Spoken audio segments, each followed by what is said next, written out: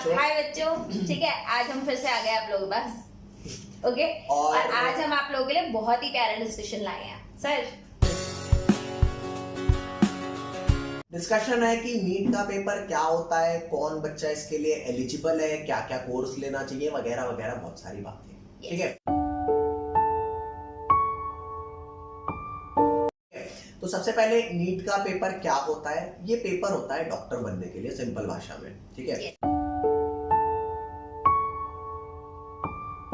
ध्यान देना, अगर आपने साइंस ली है, 11th में साइंस ऑप्ट कर रखी है, तो आप इस पेपर के लिए एलिजिबल हो। और मैम क्या क्या सब्जेक्ट्स बच्चे ने लिए हो कि वो पेपर दे सके, जरा बताइए ना बच्चों को। जी बिल्कुल, ठीक है।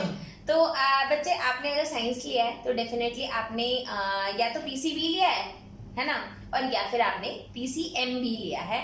तो पहली बात मैं बता दूं, दोनों एलिजिबल हैं, पीसीबी वाले भी और पीसीएमबी वाले भी एलिजिबल हैं। बस पीसीएमबी वालों की मैथ्स नहीं आती इसमें, मतलब इस सब्जेक्ट में, इस एग्जाम में क्या आता है आपका, फिजिक्स, केमिस्ट्री एंड बायोलॉजी। मतलब मैथ्स पढ़ना बेकार हो गया? अरे ऐसा नहीं है, मैथ्स पता है कई जगह ना हेल्प करेगी तुम्हारे को, बायो में भी करेगी, केमिस्ट्री में भी। जिसने मैथ्स लिया भाई, मैथ्स तो पता है सबका, मतलब क्वीन किंग सब कह लो, वो तो exactly, maths is always important. In fact I had PCMB, he was PCM, okay, he is not biology. Okay, आपका नीट का एग्जाम टोटल कितने मार्क्स का होता है? 720 मार्क्स का होता है। ठीक है, 720 720, ओके, जिसमें से आपका 50% दैट इज 360 मार्क्स बायोलॉजी के होते हैं, जिसको बॉटनी और जूलॉजी में डिवाइड कर रखा है इन्होंने, 180 180। तो ये इस तरीके से डिवाइड।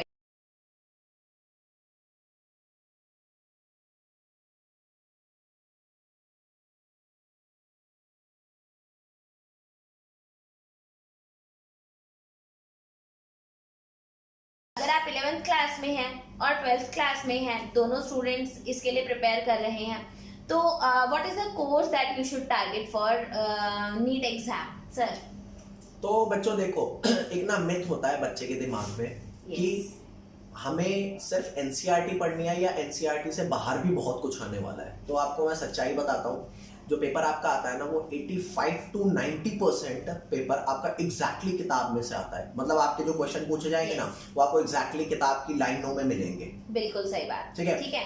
और आपको पूरा पेपर, ठीक है, प्रिपेयर करने के लिए बहुत ज्यादा बाहर की चीजें पढ़ने की जरूरत नहीं है, आप एनसीईआरटी पे फोकस करो। एग्जैक्टली, ठीक है। अब एक क्वेश्चन और है यहाँ पर, ठीक है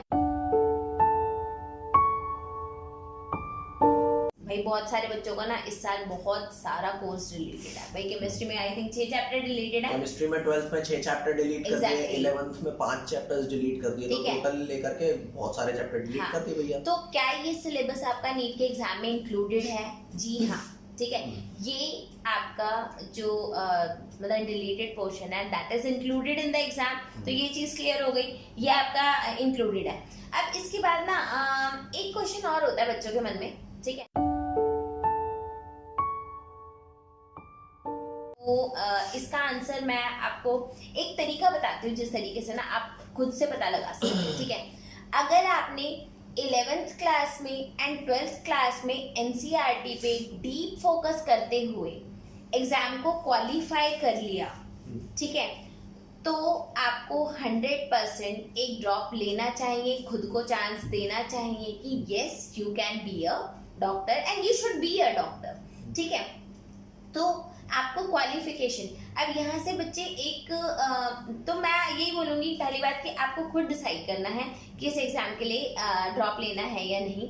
अब दूसरी बात ये आती है, सर आपको बताएंगे, ठीक है, सर को बताने देते हैं। इसके बाद आता है कि 720 में से कितने मार्क्स रिक्वायर्ड हैं सर जी?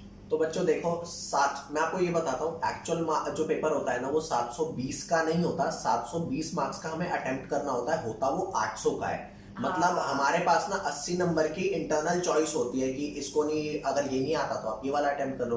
तो एक्चुअल में पेपर आपका 800 नंबर का है, करना हमें 720 का है और मार्क्स भी आपको 720 में से मिलेंगे।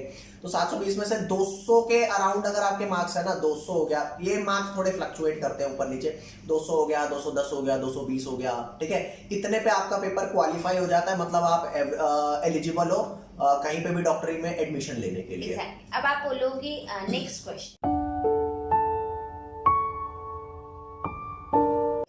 क्या जस्ट क्वालिफाइंग द मार्क्स अगर इनफ है तो बच्चे इतनी सारी ट्यूशन ले क्यों रहे हैं? चलो मैं बताती हूँ आपको। Just qualifying NEET is actually not enough to get admission in government college, ठीक है, ये इनफ नहीं है।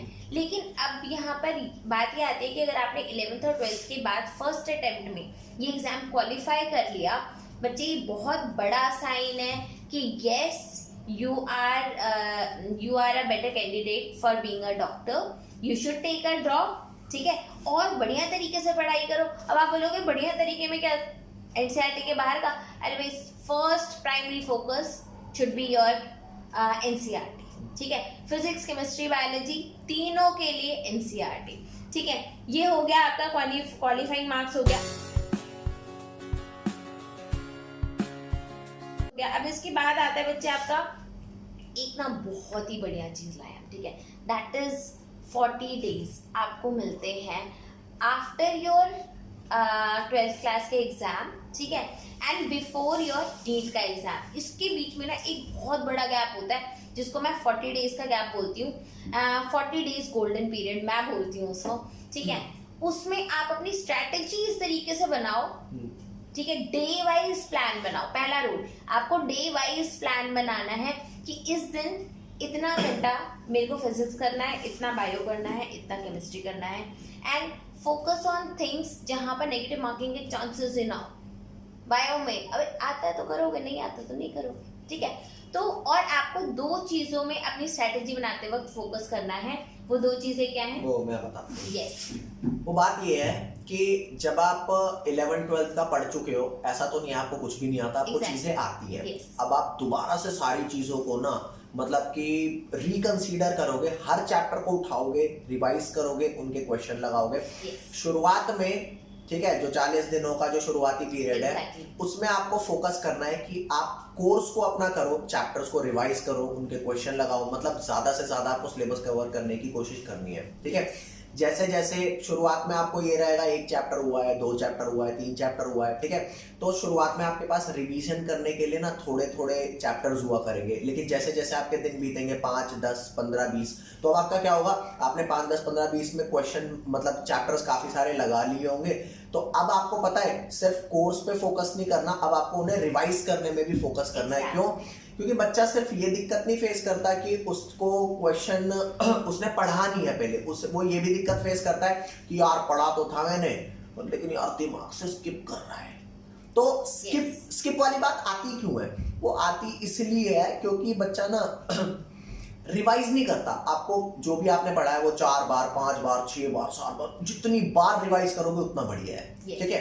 बाकी stay tuned, we will meet again, ठीक है। और कोई भी डाउट आपके दिमाग में अब रह गया हो, कमेंट्स करो, उनके आंसर करेंगे। और हाँ, अगर आपका कोई चैप्टर का डाउट भी हो ना तो भी बताओ, कमेंट में बता देना, उसके लिए आपके आंसर्स, क्वेश्चंस के आंसर आपको तुरंत मिलेंगे, ठीक है, किसी भी तरीके से देंगे हम लोग, हम देंगे, ठीक है। अब ये बात ध्यान रखो, मैम पढ़ाती हैं बायो और मैं पढ़ाता हूँ केमिस्ट्री, ठीक है। तो हम आपके पास हमेशा अवेलेबल है नीट लेवल के लिए, ठीक है। चलो, ओके, बाय बाय, मिलते हैं नेक्स्ट वीडियो।